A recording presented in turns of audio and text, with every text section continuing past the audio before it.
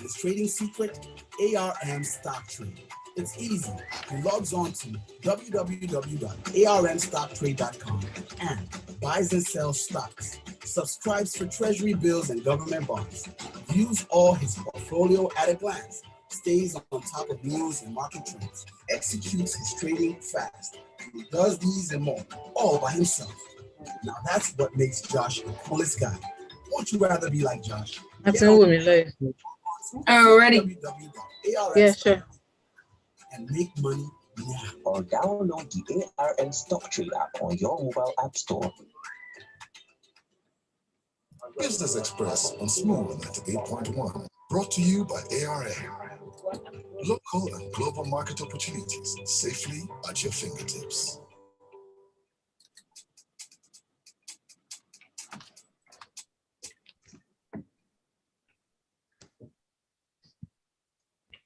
A very good morning to you and welcome back. You're listening to Smooth 98.1. I love music, love life. It's the Business Express show brought to you by, of course, ARM Securities. And my name is Judith Atibi. Unfortunately, Reuters can't join us live as well. But we have a special guest joining us from ARM Securities today. My guest in the studio is Oluwadara Olunuga. Hello, good morning. Good morning, Judith. Good morning, Lagos. Good morning to you. Great.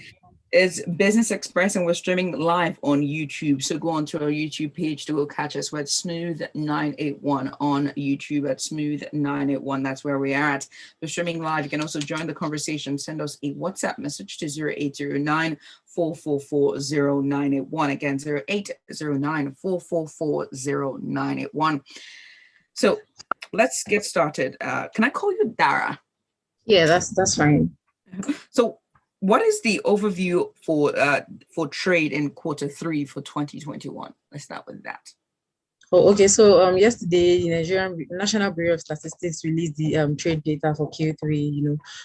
Indicating that on a year-on-year basis, as compared with Q3 last year, trade has improved. That's both export and import by about 58%, and of course, on a quarter-on-quarter basis, an improvement of about 10% to 13.28 trillion naira, indicating that there's been a sustained recovery from what we had in the pandemic. In terms of where there were lockdowns and restricted movement and movement of goods and services, but we've seen an improvement and a sustained recovery. However, interestingly, when you look at the dissect of both export and import, import has recovered faster, both on a year-on-year basis and a quarter-on-quarter basis. We've seen that export has improved by about 17.3% to about 8.15 trillion. But for that's import, I beg your pardon. But export has been a bit tardy, improving by about just 1% on a quarter-on-quarter basis to about 5.13 trillion. So if you look at 8 trillion for import and 5 trillion for export, we're having a trade deficit, of course,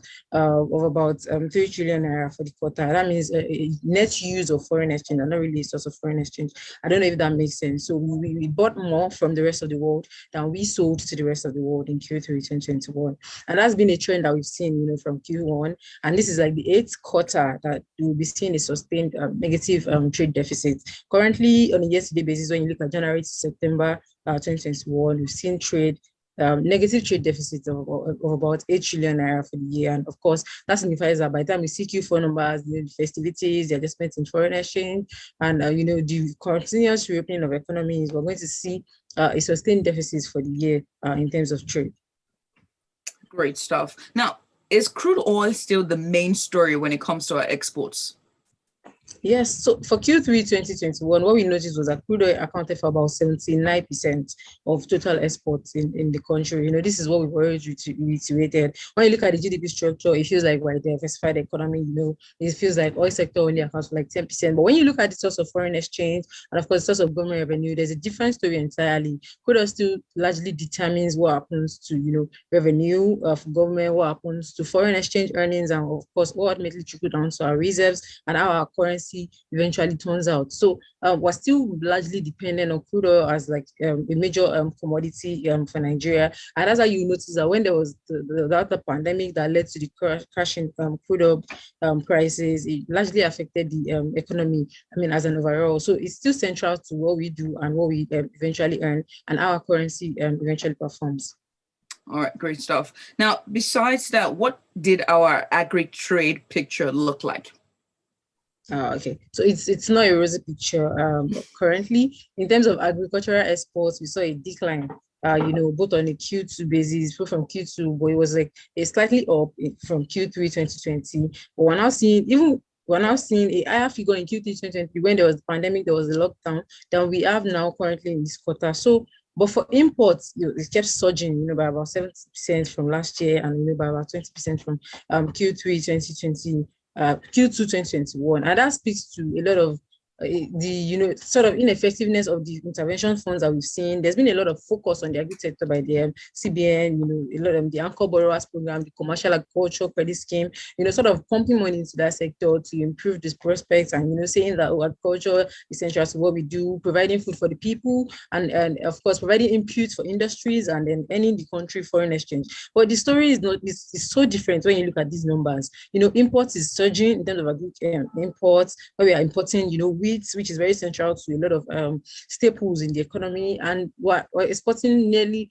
very, very low compared to what we are importing. And so it speaks to the fact that if we continue to pump money into this sector, we'll just be pumping money. If these people cannot access the right, the right inputs for the products, if there is not adequate infrastructure to ensure that these produce are moved faster and to reduce the level of perishables, and exports are made to be easier for these farmers. Of course, while productivity improves, it's still going to be null and void. We're just going to be pumping money into a sector that is not really improving, in terms of our focus. But you agree with me, a lot of times when the CBN governor comes out and says, oh, we're giving farmer this, we're doing this anchor borrowers program, commercial agri, but where is the effectiveness? It's supposed to show in what we have in terms of local production, and then show in terms of what we're able to export. But now we're even importing a lot of these products, for local consumptions. And, it just speaks volumes to how we need to be thinking around all of this intervention and about the sector going forward.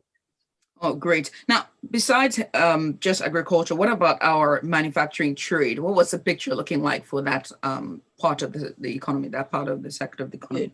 The story is not so different, When you look at manufacturing trade on an aggregate basis, import is about 96% of the total import, while exports is a paltry 5%, 4.something% of the total exports. It's still the same thing. We continue to, of course, we can't be a closed economy. We have to, interact with the world, and of course, import those things that we can produce. But when the focus is on this sector, and you continue to see emphasis on pumping money into these sectors, that in terms of competitiveness with the rest of the world, it is not very competitive, and even the prices are very, very high despite all of this intervention and all of this focus. So it means we need to rethink a lot about what are the underlying factors that are detracting growth from these sectors, and how we can improve the competitiveness of this sector even in terms of global scene. Of course, we can't produce everything. We have to import those things that we can't produce, but are we competitive in terms of pricing? Are we productive in terms of all of these sectors? Are the funds and the focus that we're placing on these sectors, are they yielding the desired results going forward? And that should show how we're thinking of this sector, the sectors going forward, and how we expect the sectors to impact, of course, the overall economy going forward.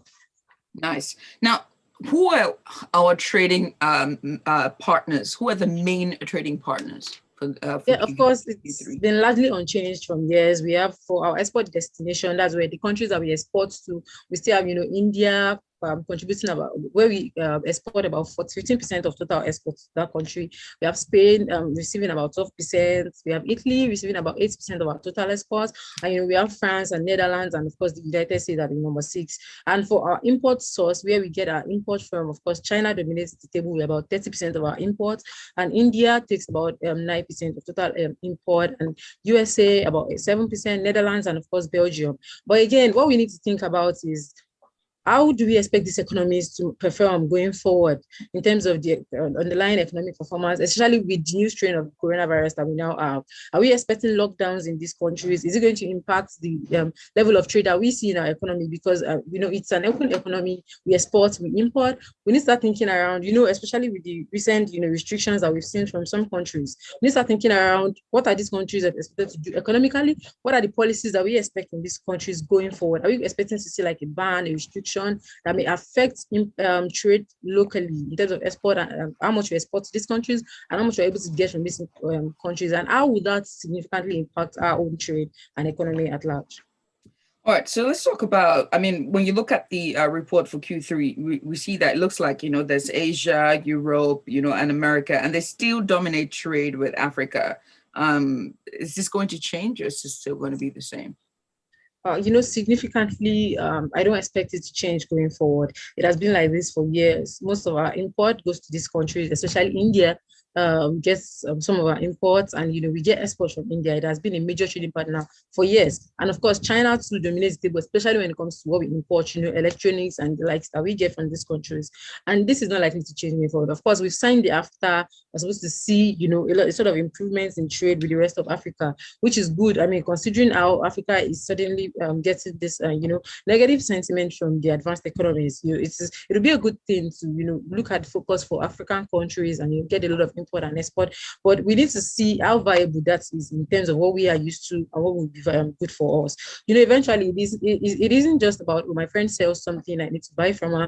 It's about, do I need what she sells? Does she sell what she sells? Is it very appropriate for what I need that product for? So of course we continue to preach, increased inter-African trade, increased trade with the rest of Africa, that we improve that, and of course that's going to change the face of the African economy itself, especially in how we're being viewed by the world, where we move away from the low income, poorer nations identity that we sort of carried on for a long time. But we need to also consider if those products are viable enough, and what are the terms and conditions of course trading after has been signed, but we've yet to see the impact. The African Continental Free Trade Agreement has been signed, but we have to see the full implementation of all of this agreement and trickle down to trade. But I don't think that will be anytime soon. We still continue to see this trend with Asia, America, and the rest of the advanced economies dominating our trade table. Now, you're just talking about, our partners and the people we're trading with. What about how we need to improve our numbers? What do we need to do as Nigeria, as a country, as a nation? What do we need to do to improve this trade figures that we're seeing? Of course, there is that need to improve the effectiveness and the productivity in these sectors. There is need for us to get stakeholders, people that are expert matters on these industries, and understand what the root cause of the problem is. Now we've detected that credit is not really the main issue. Pumping more funds, billions of naira into these industries is not improving the effectiveness of the industry. Of course, we have our infrastructural problems, electricity, road network that we need to fix. From the farm to the market, a lot of produces get destroyed, especially in the agricultural sector. These are perishables that need to be preserved. We need the right infrastructure to ensure that these losses are minimal, that even the Nigerian people are adequately fed by at least the products that we can comfortably produce in the economy. We're going to export, we're going to import, that is an imperative, right? But we need to make sure that the effectiveness is competitive, at least with the rest of the world, at least with what is obtainable in our neighboring countries. If I can produce rice in Vietnam or in another country for 7,000 naira and why should I buy a bag of rice for 30,000 naira in Nigeria? Are we competitive in this production?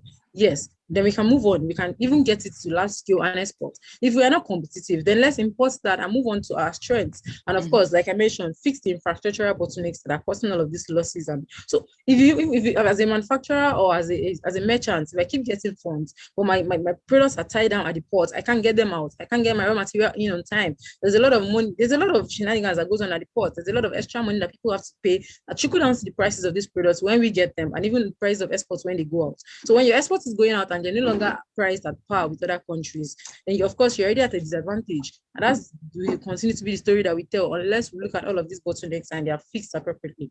So it's not just about credit, it's not about intervention funds, it's about fixing the root of the problem.